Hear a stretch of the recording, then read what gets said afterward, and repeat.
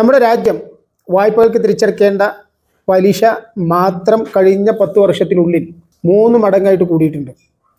2024-25 സാമ്പത്തിക വർഷത്തിൽ 12.76 ലക്ഷം കോടി രൂപയാണ് നമ്മൾ പലിശ ഇനത്തിൽ മാത്രം, അതായത് പൊതുകടത്തിൻ്റെ പലിശ ഇനത്തിൽ മാത്രം തിരിച്ചടക്കേണ്ടത്.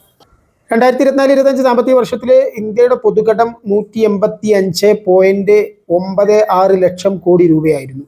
അത് നടപ്പ് സാമ്പത്തിക വർഷത്തിൽ, അതായത് 2025-26 സാമ്പത്തിക വർഷത്തിൽ 200 ലക്ഷം കോടി രൂപയായിട്ട് ഉയരുമെന്ന് അനുമാനിക്കപ്പെടുന്നു.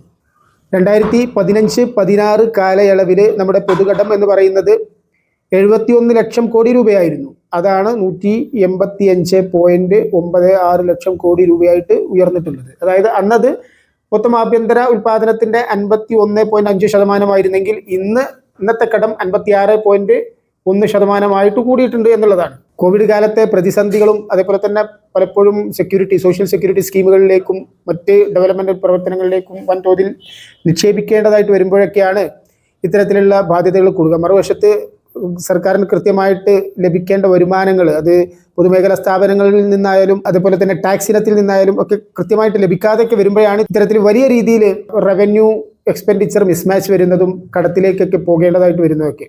ഏതായാലും കൃത്യമായിട്ട് പൊതുകടം മാനേജ് ചെയ്തില്ല എങ്കിൽ അത് ഓരോ ഇന്ത്യക്കാരൻ്റെയും മേൽ വരുത്തുന്ന ബാധ്യത വളരെ വലുതായിരിക്കും.